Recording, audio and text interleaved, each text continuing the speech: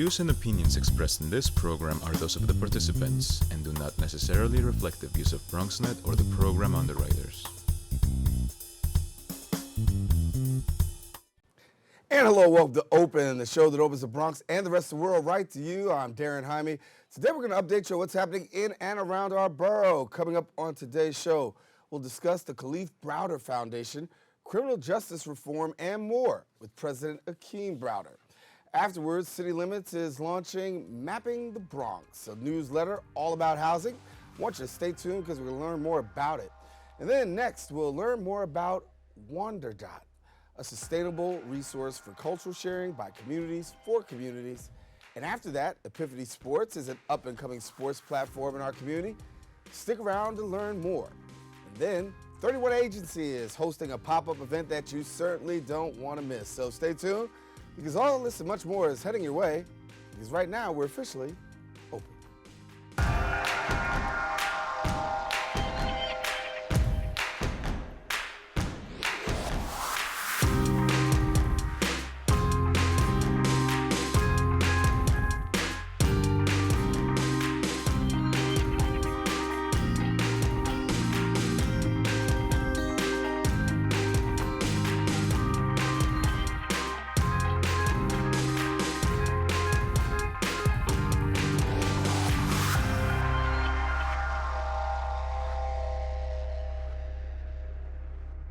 And hello, everyone. I'm Darren Jaime, and today is Wednesday, July the 3rd, of course, right before Independence Day. You are now watching Open, a live program bringing the Bronx and New York City straight to you. We also want to welcome our viewers on Manhattan Neighborhood Network, as Open is being broadcast live simultaneously on MNN's channel. You can also stay connected to us via Twitter at BronxNet TV and on Facebook at Open BronxNet Television. Well, some things have been happening throughout our borough, and we're going to take you through a couple of them with our Bronx updates.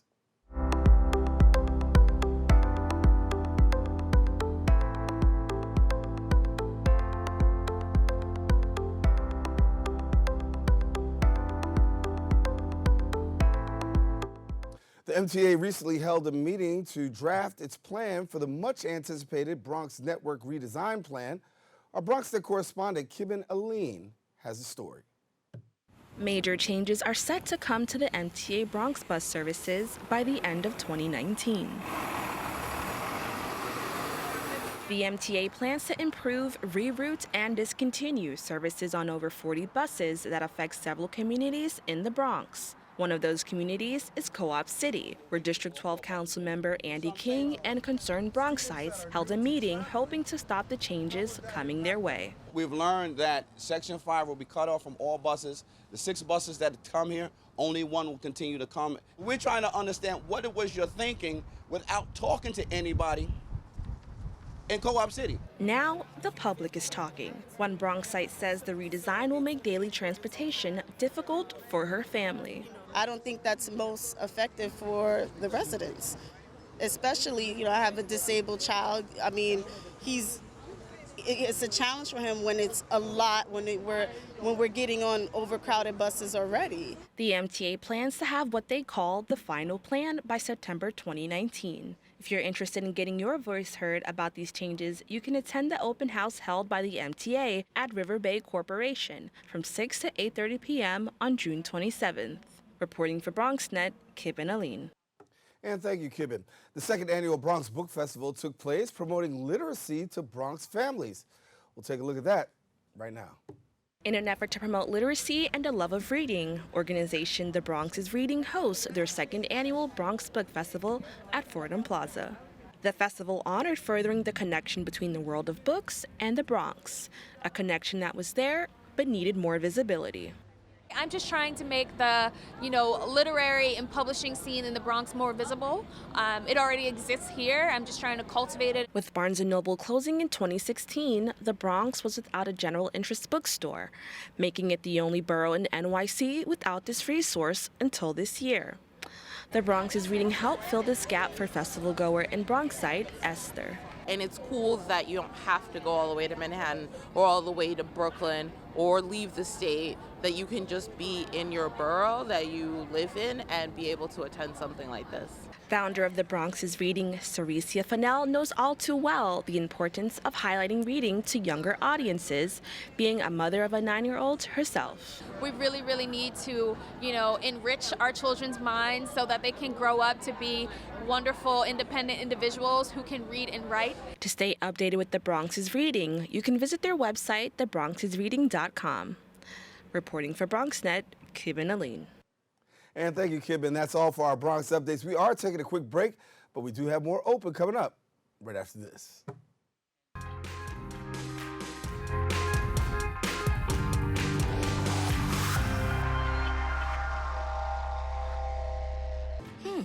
Maybe you can make retirement happen. After all, you made this vacation happen. Double points with every purchase? Cleverly merging promotions. Love it. Cross-referencing travel sites. And booking all your flights with those... Vouchers. I got us bumped. They were like, oh. But now they're like... Aloha. You aced this vacation. Now get the tips you need to get on track at aceyourretirement.org.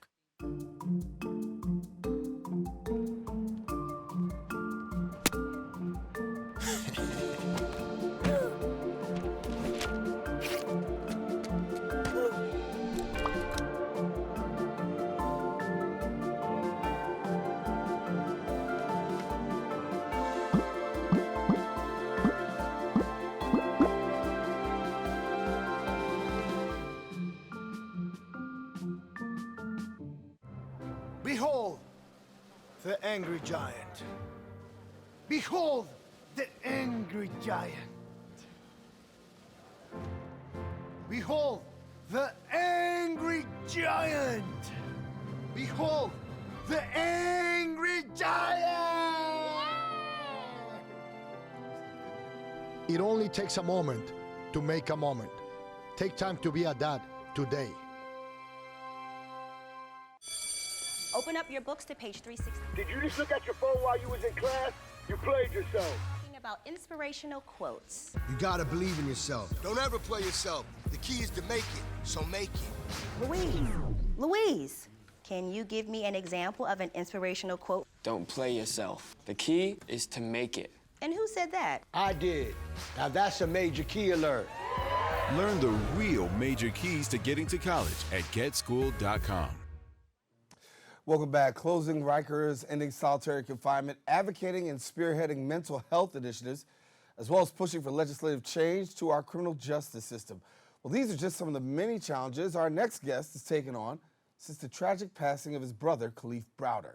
Joining us now is Akeem Browder, who's president of the Kalief Browder Foundation and criminal justice advocate. And thank you for joining us here, Akeem. Good to have you. Thanks for having me. Hey, thank you, and welcome. So talk to me a little bit about where things are today. Obviously, a lot of concern. I think we can start off with this here because here in the Bronx, we've got a lot of questions about whether or not another jail should be added, and your thoughts given the fact of all that happened with your brother. I would just start off, I am not an advocate of new jails, and I don't think just knowing the research and the analytics behind it, I don't think anyone understanding that would agree that new jails would be a way to go. One, it's financially expensive for the people. It doesn't actually go according to what our historical data shows, that we've even had new jails in our city back in the 70s, and it didn't actually equate to better society. We have to look at therapeutic solutions for our communities so that we can understand when the community gets involved with with those that are mentally ill, we have to know how to deal with this. Mm-hmm. We have to have solutions for people that have special needs that could be ascertained through the community and not through just locking your way up out of the community. And when we talk about mental illness, obviously there's a lot that needs to be dealt with, especially when it comes to the criminal justice system. Talk to me about some of those mental health initiatives that you like to see happen, given the fact of what's happening now. Yeah, I would just even use my brother's situation. Kalief was a kid locked up for allegedly stealing a backpack, put into a place, Rikers Island, that we all know that in New York, that literally just tortured him, held him because, as an innocent person, our laws really didn't protect what happened. It was, in essence, a death sentence. for allegedly stealing a backpack. What we really should have been doing is understanding that people that are not a threat to society, people that have petty crimes that don't really, that aren't a threat to our community or our safety standards, we really shouldn't be locking up. People that have, that hop the turnstile, why are we locking them up? People that are sleeping on park benches or open canisters, these aren't threatening things to society.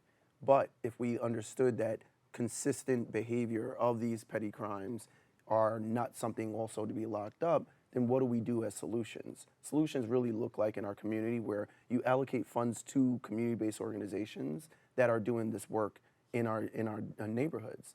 This is and was not reflective with Khalif, and it definitely isn't reflective here moving forward. Are you satisfied with the conversations and the things that have happened, particularly bail? You know, talking about the whole issue of bail, talking about getting rid of Rikers Island. So we've been working as locally and legislatively to try and change laws in New York. The bail situation, if we're looking just at bail, then we're going to say, you know what, I'm going to have to say the bail bill that was that's passed for this session didn't come close to what we wanted. But if you're looking at on just a minute level of bail, but there's also speedy trial, and then there's also discovery practices. So we got a comprehensive criminal justice package passed this year that makes New York actually more progressive than any other state in the U.S. Take me back for a second to the bail issue. What was it that you did not get that you wanted to see happen? So it wouldn't have changed the standard for Khalif being arrested. People in poor and black and brown communities that's disenfranchised typically are arrested on high charges, Trump charges, that then they offer lower charges so that that person could say, oh, I don't want to take the 14 or 7 year and I can get a lesser plea bargain, so they'll do that.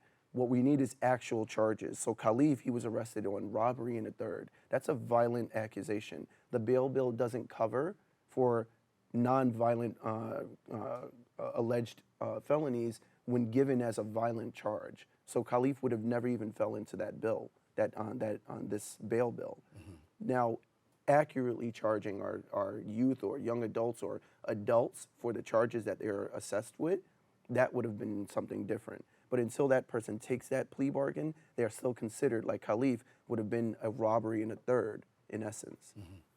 Civic engagement is big, right? We want people to be civically engaged in what's going on.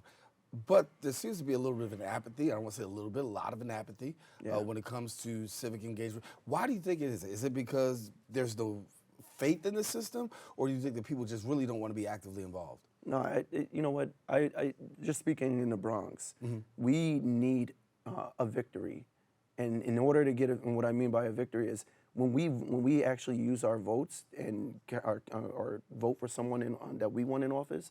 If we don't get what we want, and the establishment continuously gets their victories, then the people lose hope.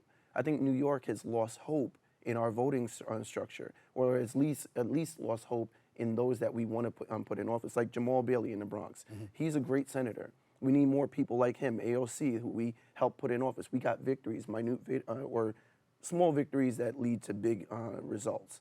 This is what we're looking for, even with Queens, Tiffany Caban. We just got that win. But we need more wins for people to start wanting to come out and be civically engaged. And then also education.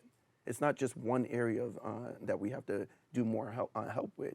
Educating our youth, understanding that your votes do matter is something that we need to, and how does it matter? How do you, and not only voting for mayoral or gubernatorial, but also for city council members and DAs. Right now, we just had a DA that Darcel Clark get back in office, and she had no one running against her.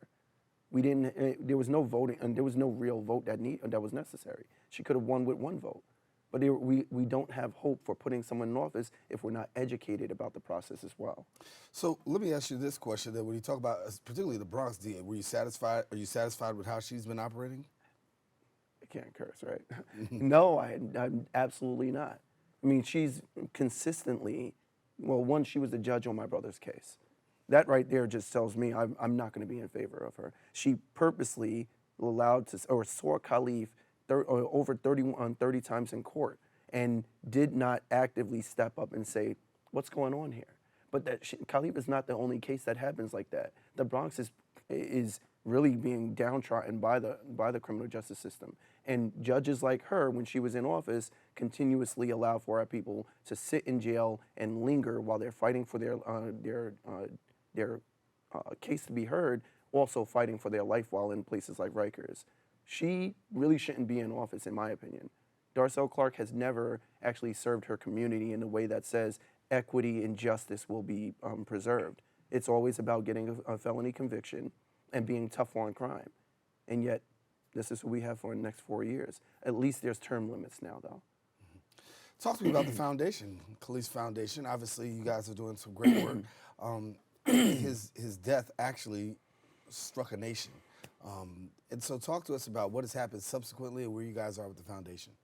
Well, thanks for acknowledging. Khalif, when he came home, he tried to get his life back in order. He got his GED on the first try at Lehman College, and then actually went to BCC and continued his education. He went to school for business. He was going to school, so I didn't want to do anything that wouldn't recognize what he would have stood for, and he said he wanted to be an advocate, so the Khalif Browder Foundation is a living legacy to Khalif. We started as a mental health organization, doing work in legislation, so we're pushing for bills that our community would really see justice in. But then also locally, we're in the schools teaching civic engagement. So we're actually teaching the process of who's your officials, how you can ask for their help or demand for their attention in your community, as well as on the mental health side. Since we are a mental health organization, we actually teach our youth and our young adults how to be social emotional awareness. And so, as far as the public is concerned, participation. What's it been like for you as a family member since Khalif's death? I mean, do you still get embraced a lot in the public?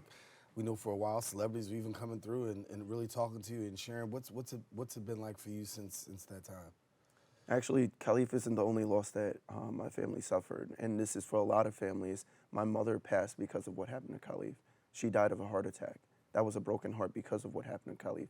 And then my family continuously suffered because when you had introduced trauma and then lose your glue to your family, the mothers of our family need to be protected as well.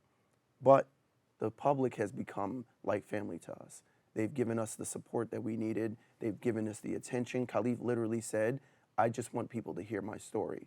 And people listened, not just in this nation, actually across the world. We've heard stories from Zhaozeng, China, from France, Italy, Australia. Everyone has come together and said, this is unjust and inhumane, especially because it happened to a kid.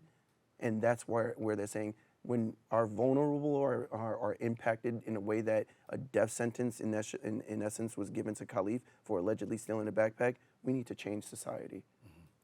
Where do you go from here? Well, I ran for mayor in 2017 as a Green Party candidate, and there was a hope sparked in that there was going to be something changed, and it was a really close race actually, but this time around, not as a Green Party candidate. I will be announcing this year that I'm going to be running for mayor again, but it's not just focused on legislation or being an elected official. I'm actually working in the community, in the schools. I work with a lot of people that's incarcerated, and I build these relationships in the mental health community. I'm really trying to make sure that we're giving the Bronx what we need, not just conversation, but real action. All right. Well, okay, we thank you so much for coming and sharing with us, and our best to you, and keep up the great work that you're doing. And certainly we'll continue to follow up on you, and I know we're going to have you on a couple other platforms as well. Thanks a lot. Akeem Browder. Thank All right, now to keep up with Akeem and show support, visit KhalifBrowderFoundation.com. You can also follow them on Instagram at Khalif Browder Way. Well, we're taking a quick break. We've got more open. Stay with us. We'll come right back right after this. Patriotism. It inspires passionate debate. It's worn like a badge of honor with good reason, because it means love and devotion for one's country. But what really makes up this country of ours? It's the people. To love America is to love all Americans. This year, patriotism shouldn't just be about pride of country. It should be about love. Love beyond age, sexuality, disability, race, religion, and other labels. Because love has no labels.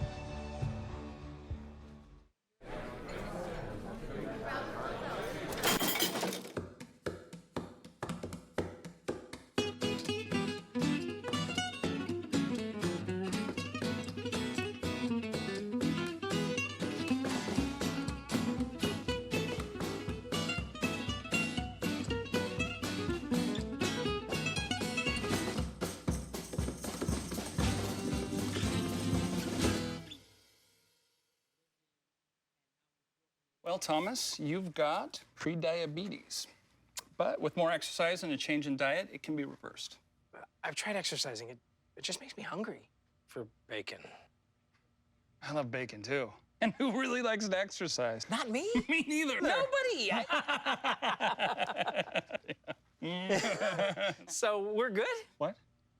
Oh, you still have prediabetes.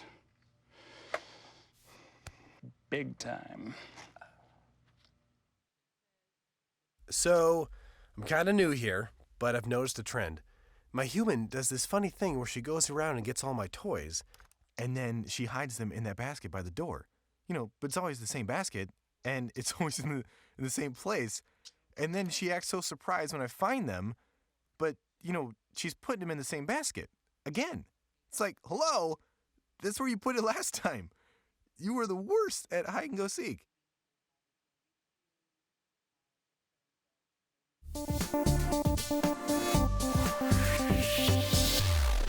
And thank you for staying with us this July 4th holiday. For the past 4 decades, City Limits has been a not-for-profit local news website right here in New York City.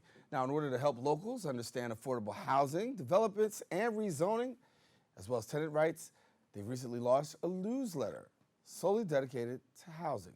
Joining us and sharing more information is Associate Editor Harry DiPrienzo, and thank you so much for being with us. Of course, thank you. So when we talk about, you know, housing, a big issue for New Yorkers, and you guys take this on front and center.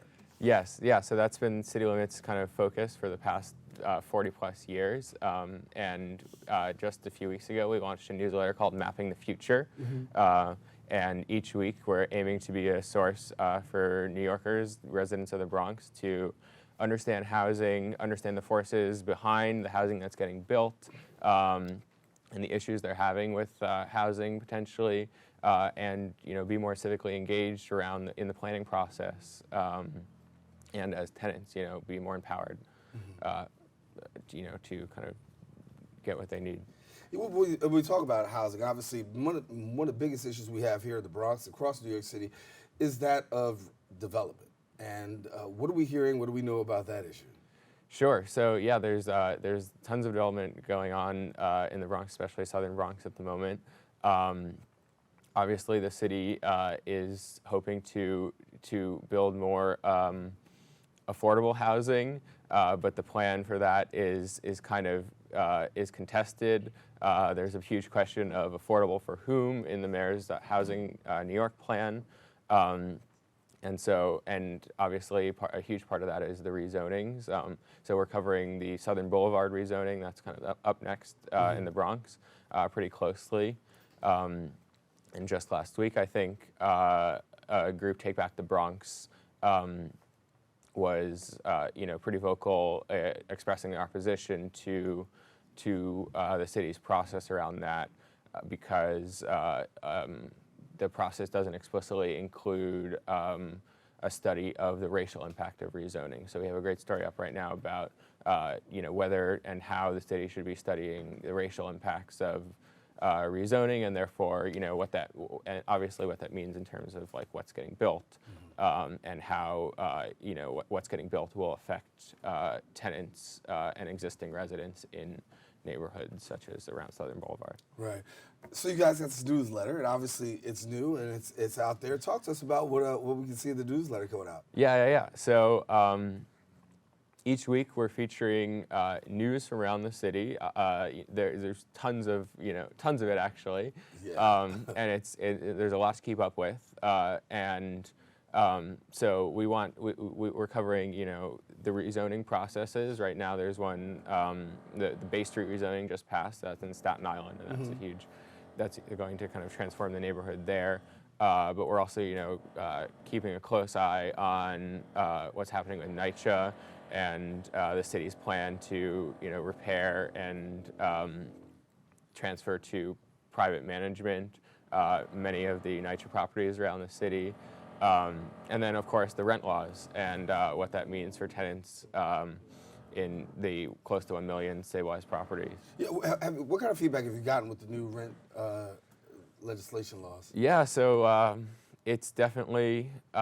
a huge victory many have seen. At the same time, there are still things that people felt were left out that they wanted. But overall, it remains to be seen, how the changes will be implemented and whether they'll be enforced. We've been covering, the lack of staffing at the Albany's Tenant Protection Unit. That's a kind of unit within the state's division that is supposed to kind of enforce the rent laws. And so landlords are able to do a lot of things that, they're able to change the rents, and because there's a lack of enforcement, they're able to be charging more than what's allowed under the regulation, because there's a lack of enforcement and a lack of clear processes for tenants to understand their rights and understand what they're actually supposed to be able to be charged. Sometimes they get away with it. Are you hearing a lot about gentrification? Gentrification, yeah, obviously that's a huge issue. That's I think what we're talking about with the Southern Boulevard rezoning. It continues to play it's out. kind of the overriding. Yeah, because when you talk to most New Yorkers, we had some people here not too long ago saying it's the most paramount issue that I think that everybody in New York is dealing with. Is that. But you also doing a great job in terms of civic engagement. I talked a little with Akeem about civic engagement. You guys are talking about civic engagement as well. Yeah. So in the newsletter each week, we want to feature events to help, to where tenants and residents can go to be more involved in the planning process, and to kind of, learn more and to be able to contact the representatives. We want to hear from tenants, of course, also, and readers generally. What issues are you having? What issues do you want to see more coverage of? What questions do you have? Hopefully we can kind of engage that way too, and therefore kind of speak to the broader, civic populace. What do you find as the biggest issues that you're hearing about today right now? Today, I think I kind of touched on them, right? Like the rezoning, the rent laws, development, and personally, I'm interested in evictions. Yeah, that's a huge one that we don't talk about enough. Right. And then NYCHA, We have a whole show on NYCHA. Yes, that's it. Harry, so for people who want to get in touch, what do they do? Yeah, so our website is citylimits.org. Go there, sign up for the Mapping the Future newsletter.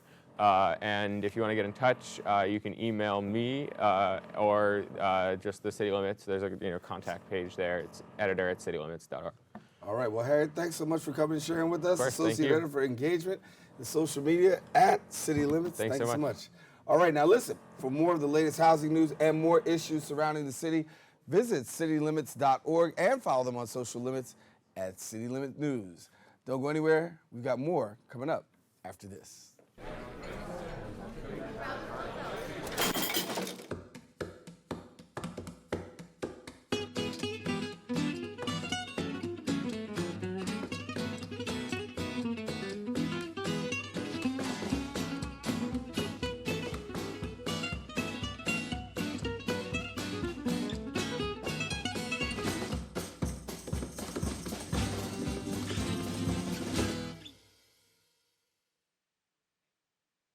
For all the papas out there, let's stop what we're doing and take a moment.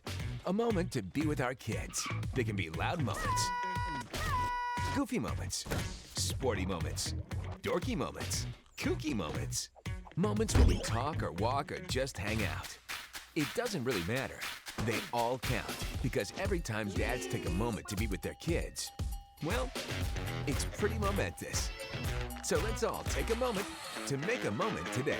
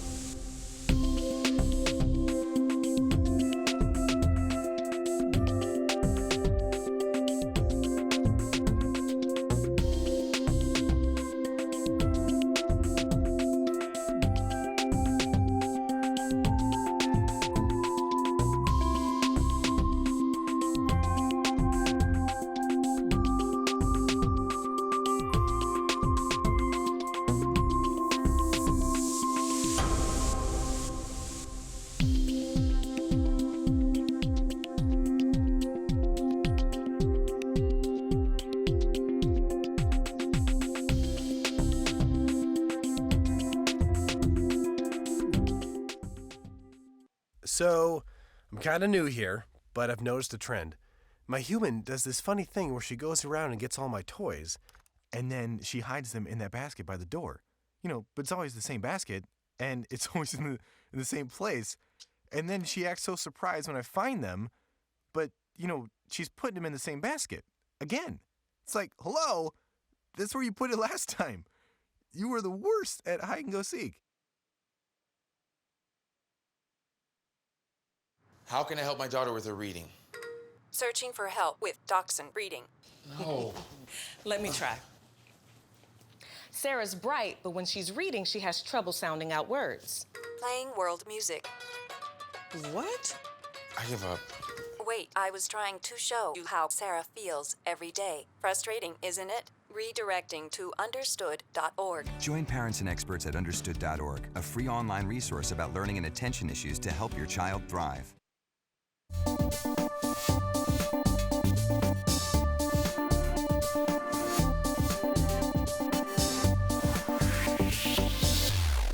And thank you for staying with us. WanderDot is a new website seeking to connect and empower locals through tech and design by providing tourism and cultural experiences by local communities, including local activists, organizations, and family-owned shops.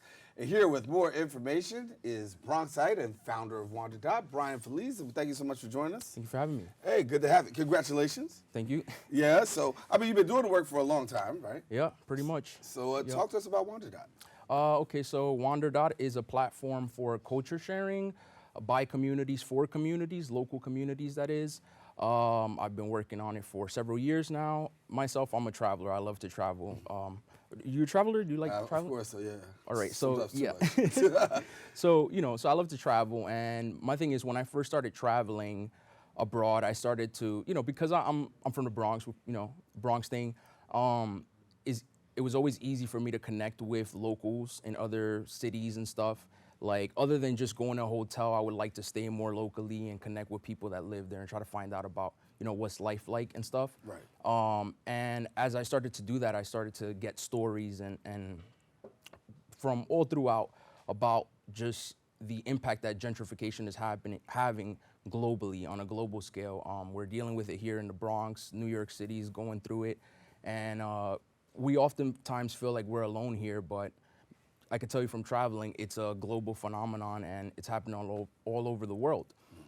So what I decided to do was I started to document a lot of this, I want to say these local stories, and really just get to learn about the local businesses and things and see what impact it has and how a community has changed and how that has impacted the businesses and creatives and I want to say makers and shakers. So from there, it was really thinking about what type of solution I could have other than just telling stories. And I realized that one of the areas that was most important and vital in empowering communities, locals, is events and cultural experiences. A lot of times when it comes to experiences, it tends to be organizations and businesses that have already, a lot of money. And the locals are oftentimes left out of it, especially in travel and tourism. Mm-hmm. You see all of these dollars coming into the city from tourism, and very few of that goes into local communities. So, and when you talk about being from the Bronx, yeah. I know part of your mission is you wanted to preserve the Bronx community. That's correct. That's correct. So, when I first started it with a partner, it was pretty much, I want to say, throughout the city, because she lived in Brooklyn. I'm from the Bronx, so we were working in Manhattan and throughout. At a certain point, she ended up moving to California. I said, you know what, I'm bringing this back home to the Bronx. So I decided to bring it back. I decided to start building infrastructure around it and really trying to really do tech here in the Bronx, because it's an area that I feel like really helps the community to be empowered in that space. And so I wanted to be an example by bringing the business here. And I've always been interested in preserving local culture and community. That's always been a thing for me. Like, I don't know, I come from a hip hop era, like, so it's always like originality, don't copy my stuff, things like that. And so for me, it was like, can we preserve our culture and still grow and have, communities empowered without the negatives. And I realized that yes, it's possible, and there are ways that you can empower a community. And so as we talk about empowering the community, obviously Wanda Dot is looking to do just that. And then you talk about identity, right? Because we have this great identity here in the Bronx and throughout. Right. And sometimes it's important to help to maintain that identity. So do you feel like the website itself helps people in that area when it talks with identity really is a big thing? Sure. That plays a huge role in the conversation of, I want to say, gentrification and preserving local culture, right? It's us being able to tell our stories and being able to, to really let the locals speak for themselves, right? And so we have the local stories on the site, which is part of the platform, where we interview locals and we have them basically tell us where they come from and what their experience is like and whatnot. Just locally is really raw. So, that's a thing. But that is a way in which they're able to really share their, speak about their identity. You're able to see that, and you're able to see just the that authentic element, which oftentimes I feel like media sometimes tends to leave out. And nowadays you're seeing more media companies coming up, like in this era, that are more tech and design focused. But I feel that component is left out in a lot of ways. So we wanted to do something about that. Coming up this summer, what can we expect from Wanda Dot? A whole lot. Yeah. Well, next month we're going to be launching the local list, which is going to be I don't want to say a service, but it's a newsletter you can subscribe to find out about local events happening in your area. And we do have code and algorithms dealing with that. Don't be afraid of algorithms. It's just a way for us to be able to understand what you're interested in, and helping that then essentially serve you content that you want to see.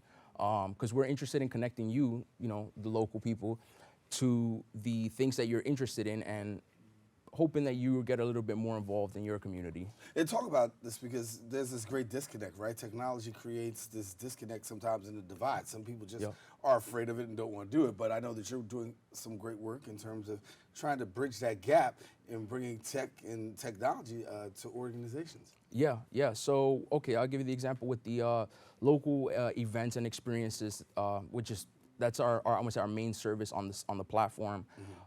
We allow local organizers, small businesses, anyone really that wants to or regularly does events or experiences, to have a platform where they can sign up as an organizer, share their events, which anyone that signed up to the platform could then RSVP to simply by clicking a link or a button, and as well as have a guest list and all of that. So that's all built into the system. And I know there's Eventbrite and there's some of these other services, but our business model is really built by the people for the people. So we're not going to charge you these crazy fees like everybody else does. It's actually just 3% compared to what these other businesses are charging. And I want to say that that's one way that we use tech, because it's something that a lot of communities, especially locally, are not really, I feel like might not have access to. And that's not necessarily because they don't know about the services, but it's because these services and these companies don't necessarily reach out, because they don't necessarily come from where we come from. Right. So I wanted to make a difference there and really say, hey, listen, we are you guys, and this is not about us, this is about all of us. You know what I mean? So that's one way, we do that. Tech, yeah. Keep up the great work, Brian. And as we say, Wanda Dot is out there, and we're going to tell people about how to get connected to it. Thanks so much for coming and sharing with us. Thanks for having me. Brian Felice. All right. All right. Now listen, discover local tourism and cultural experiences by heading over to wandadot.com. And you can follow them at Wandadot. So stay tuned, because we got much more open coming up right after this.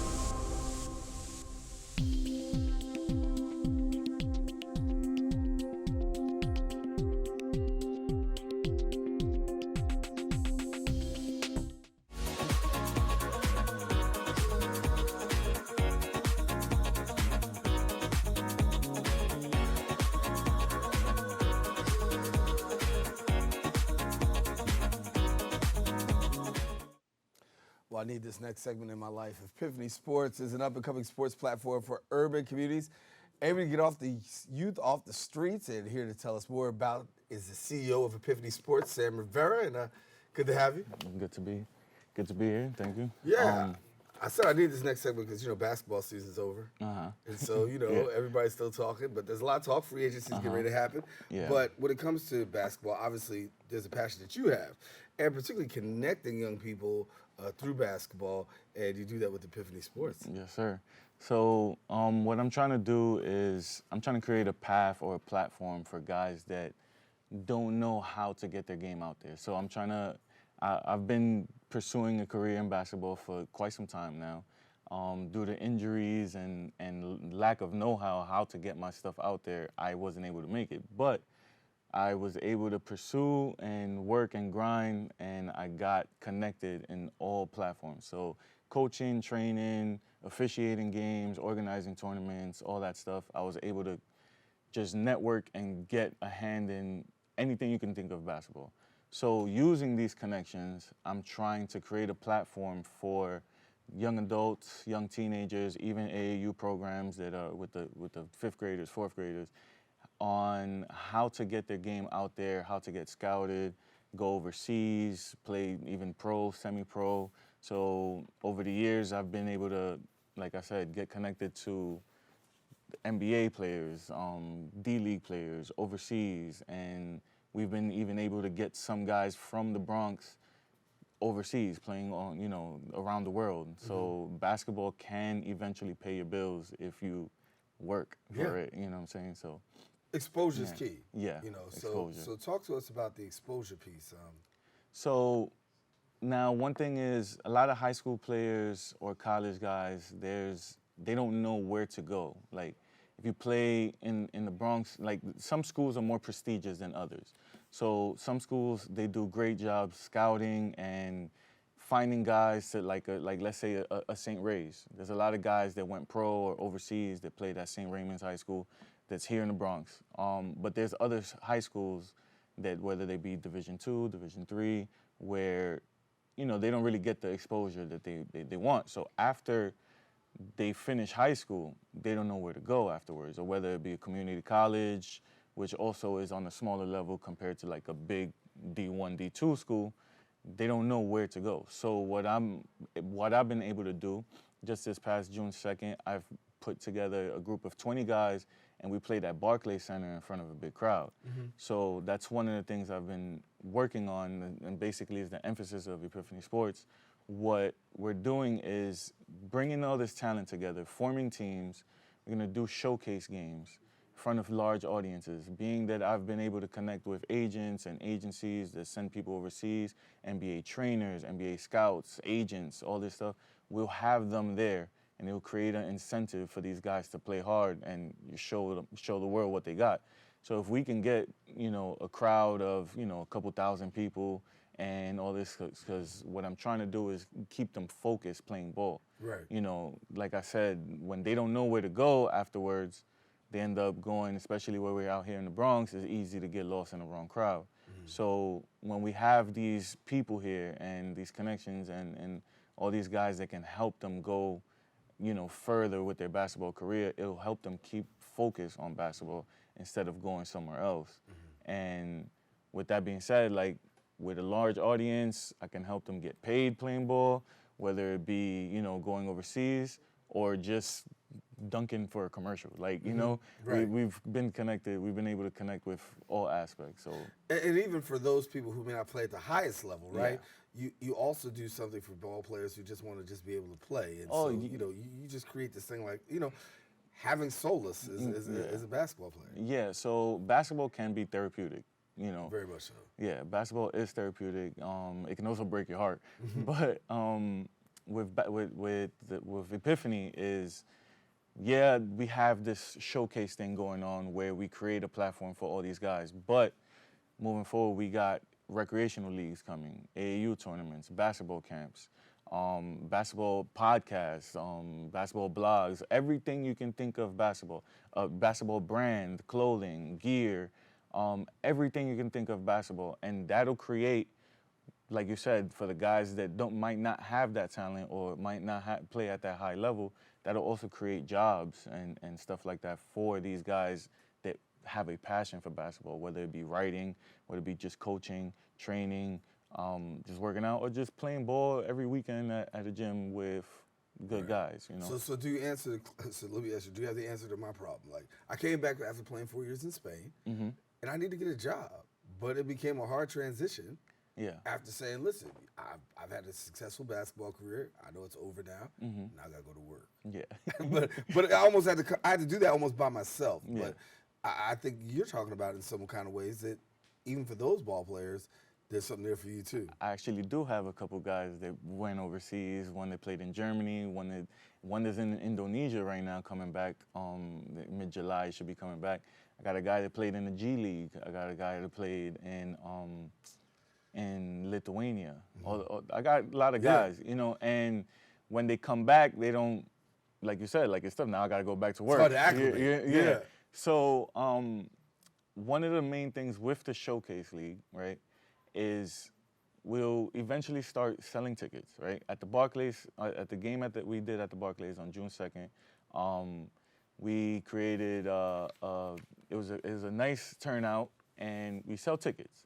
Now with these tickets being sold, we get an income, and I pay the players. This is what I'm trying to do. This is like the big thing right here. So I want the players to get paid, because everywhere else, you're paying to play. It's a different thing. Yeah. Where you get paid. So being that you're getting paid, you're getting the exposure and all that, playing ball with us, it'll keep you focused on basketball. Now, when basketball starts paying your bills, you don't have to worry about, oh, I got to go back to work, or I don't know what to do now, or, you know, or whatever the case may be. Or even if you don't have a job, you start getting involved in some other stuff. I'm going to connect people with you right now so that way they can help to get their bills paid. You got to pay some bills too here. Right. Sam, thank you so much for being with us. CEO of Epiphany Sports. Now, I want you to know, if you want more information about this up and coming sports program, you can always email Sam at epiphanysports.nyc, and they can always follow them at epiphany_sports. Don't go anywhere. We do have more open coming up right after this. 150 over 90. 180 over 111. 160 over 110. I had a stroke. This is what high blood pressure looks like. You might not feel its symptoms, but the results from a stroke are far from invisible or silent. If you've come off your treatment plan, get back on it, or talk with your doctor to create an exercise, diet, and medication plan that works for you. Go to loweryourhbp.org. If I would have followed a treatment plan, I would not be in this situation. Well, Thomas, you've got prediabetes. But with more exercise and a change in diet, it can be reversed. I've tried exercising. It just makes me hungry for bacon. I love bacon, too.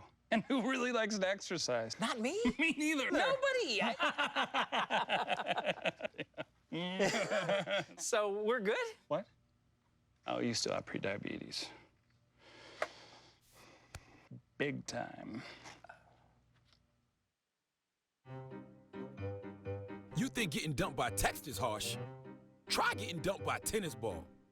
My ex-owner drove me out to the woods, yelled fetch, and by the time I brought the ball back, he was gone.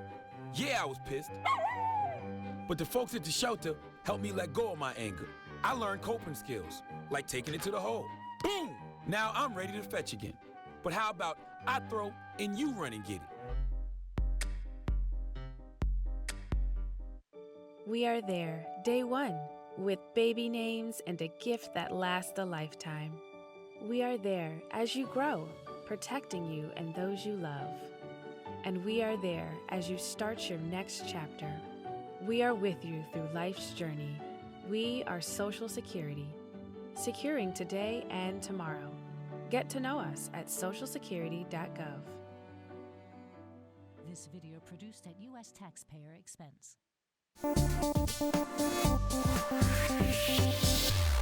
Welcome back. The 31 Agency has created the Mott Haven Pop-Up, a platform for vendors to sell their merchandise at the Mott Haven Bar and Grill.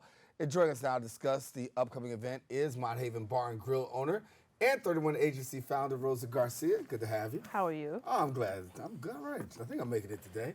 Yeah? Yeah. So busy summer for you? Yes, very busy. So you got this pop-up, right? And you've got some vendors that are coming, but this has been a long time coming in some ways, huh?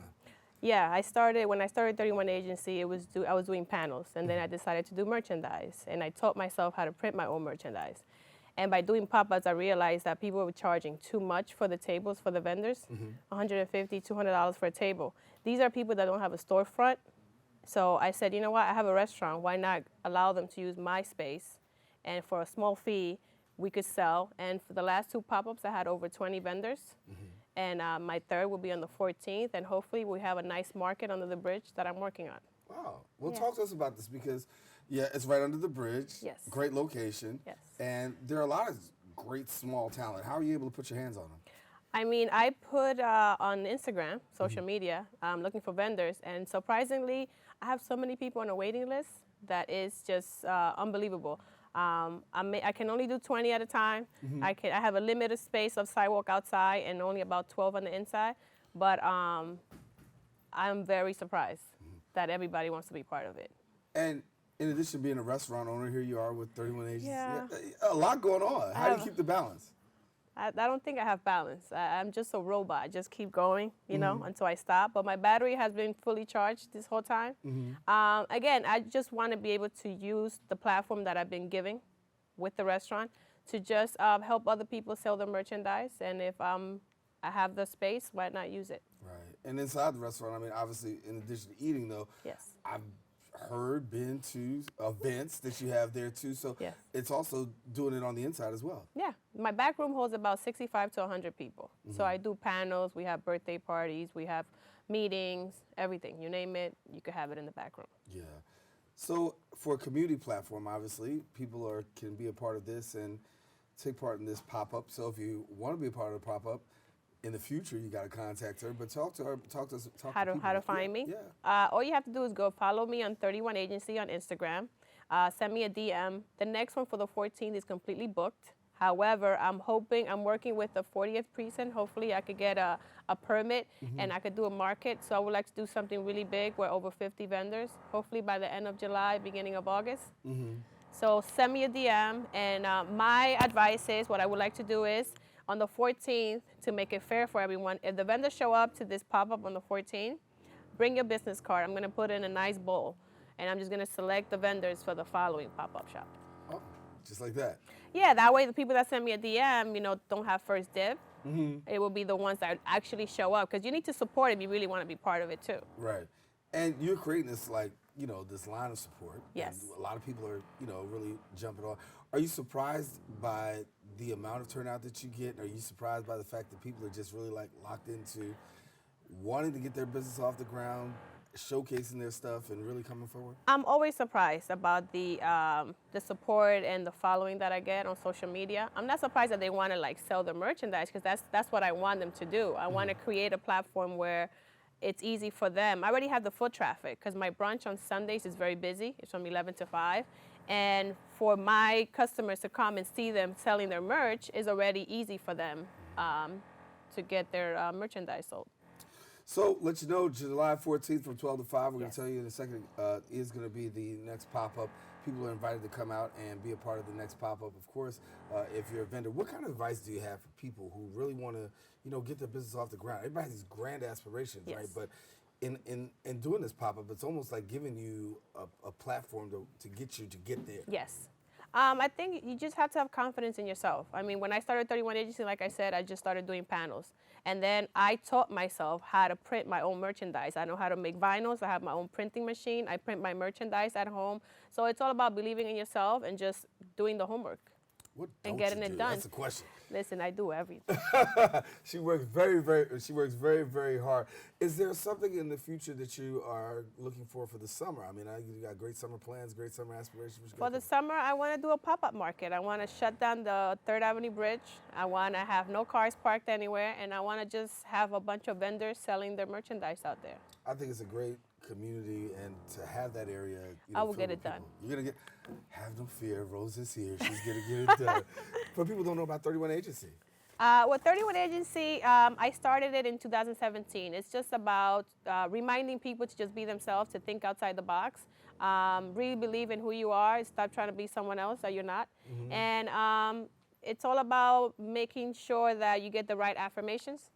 So right now, I just want to help those vendors that don't have a storefront to sell their merchandise through my agency at my restaurant. All righty. Well, Rosa Garcia, I want to thank you so much for coming and sharing with us here. Thank you, sir. I want to remind people that the 31 Pop-Up Agency, the 31 Agency Pop-Up will be taking place on Sunday, July 14th from 12 to 5 at the Bodhaven Bar and Grill located at 1 Bruckner Boulevard in the Bronx. And you can contact 31 Agency on Instagram at 31 Agency for more information. And unfortunately, we've come to the end of our show today. I want to thank all of our guests for joining us and you, the viewer, for tuning in. Now, if you missed any part of today's show, you can catch the Recablecast at 5 and 10 p.m. on Optimum's Channel 67, Verizon Fios, Channel 33, or anytime on the web at bronxnet.org. That wraps it up for us here on the set of Open. I am Darren Jaime. Make sure you keep this channel wide open. We're wishing you a happy and a safe 4th of July holiday week. Enjoy. Take care. God bless. We'll see you soon. And happy Independence Day.